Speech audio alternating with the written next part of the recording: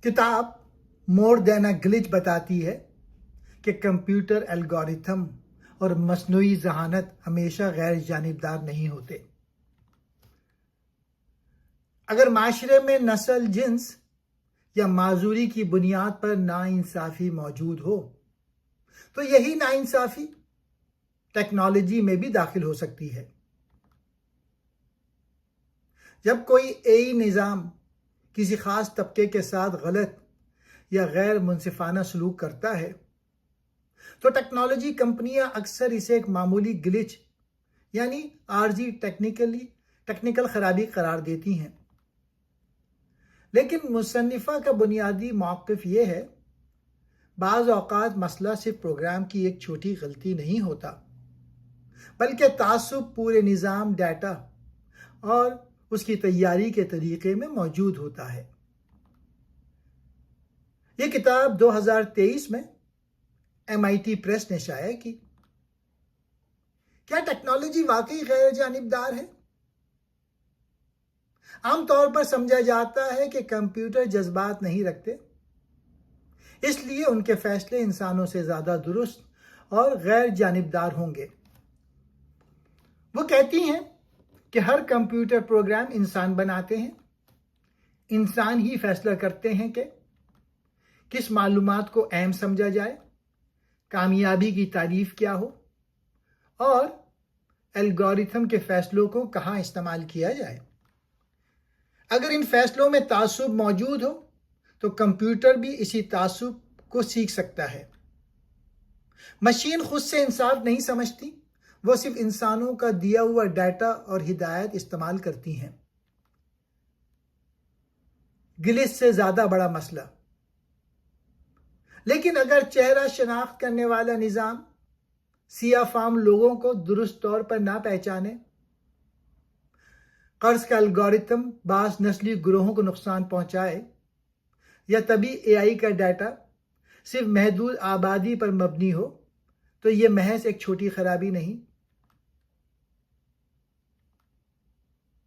یہ اس بات کا ثبوت ہو سکتا ہے کہ نظام بناتے وقت تمام انسانوں کی ضروریات اور حالات کو برابر اہمیت نہیں دی گئی۔ چہرہ شناخت کرنے والی ٹیکنالوجی۔ کتاب میں چہرہ شناخت کرنے والے نظاموں کی مثال دی گئی ہے۔ اگر کسی AI کو زیادہ تر ہلکی رنگت والے لوگوں کی تصاویر پر تربیت دی جائے تو وہ گہری رنگت والے چہروں کو پہچاننے میں زیادہ غلطیاں کر سکتی ہے۔ یہ غلطی صرف موبائل فون کھولنے تک محدود نہیں رہتی۔ اگر یہی ٹیکنالوجی پولیس، نگرانی یا کسی مشتبہ شخص کی شناخت میں استعمال ہو تو کسی بے گناہ انسان کو خطرناک نتائج کا سامنا کرنا پڑ سکتا ہے۔ اس لیے کسی نظام کی مجموعی درستگی جاننا کافی نہیں، یہ بھی دیکھنا ضروری ہے کہ وہ مختلف رنگت، جنس اور جسمانی خصوصیت رکھنے والے لوگوں کے لیے کس قدر درست ہے۔ قرض اور رہائش کے فیصلے۔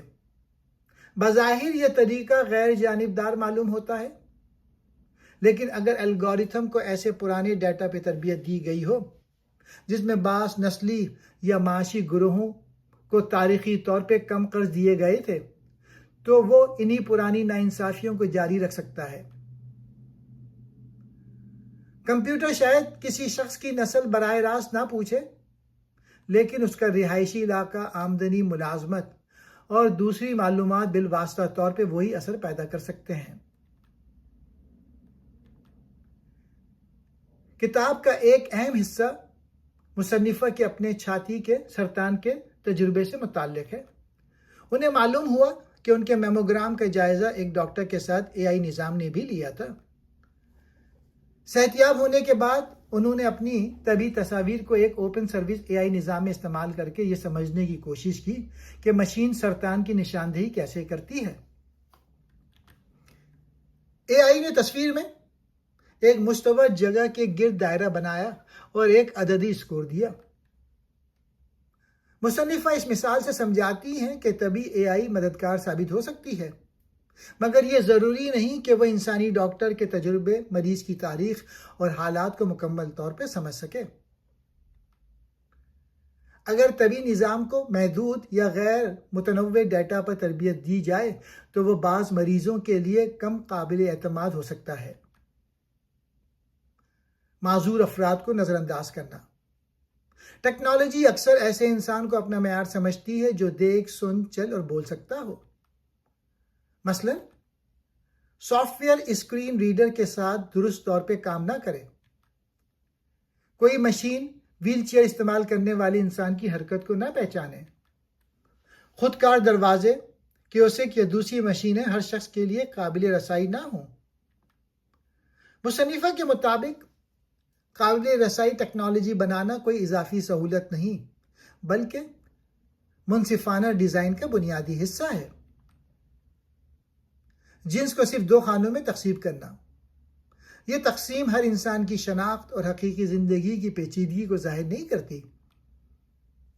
اے آئی کسی شخص کے چہرے، آواز یا نام سے اس کی جنس کا اندازہ لگانے کی کوشش کر سکتی ہے، لیکن ایسا اندازہ غلط بھی ہو سکتا ہے اور خاص طور پہ ٹرانسجینڈر یا مختلف صنفی شناخت رکھنے والے افراد کے لیے نقصان دہ ثابت ہو سکتا ہے۔ مصنفہ سوال اٹھاتی ہیں کہ بہت سے حالات میں مشین کو کسی شخص کی جنس کا اندازہ لگانے کی ضرورت ہی کیوں ہے؟ ٹیکنوشوینزم کیا ہے؟ اس سے مراد یہ عقیدہ ہے کہ ٹیکنالوجی ہمیشہ انسانی فیصلے سے بہتر ہے اور ہر سماجی مسئلہ زیادہ ڈیٹا، بہتر سافٹ ویئر یا نئے الگوریتم سے حل کیا جا سکتا ہے۔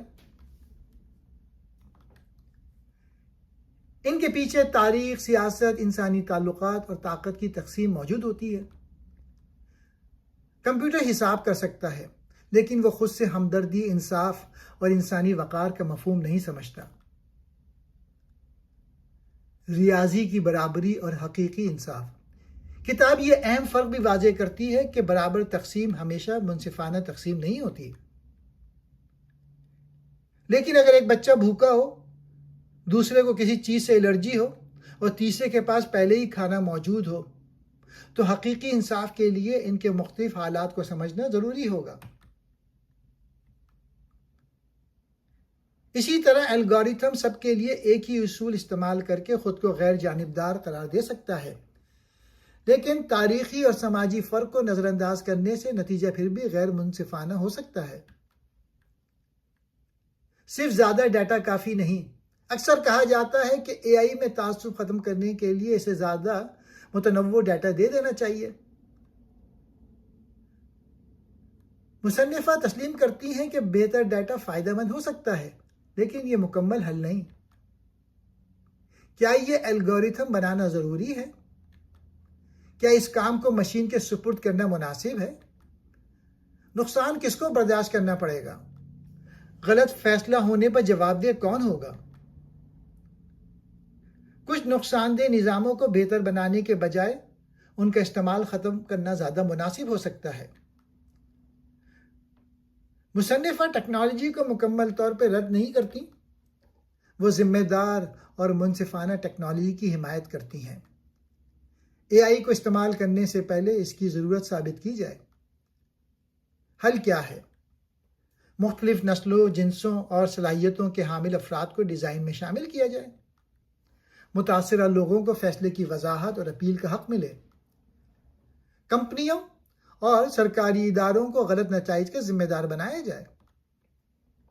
کتاب کا بنیادی سبق۔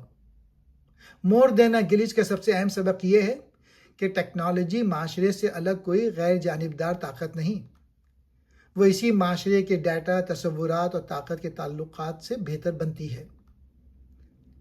اگر کوئی اے آئی نظام ناانصافی کو بار بار پیدا کرتا ہے تو ہمیں اسے محض ایک چھوٹی ٹیکنیکل خرابی سمجھ کر نظر انداز نہیں کرنا چاہیے۔ ہمیں اس کے ڈیٹا، مقصد، ڈیزائن اور اسے بنانے والے پرانے نظام کا جائزہ لینا ہوگا۔ شکریہ۔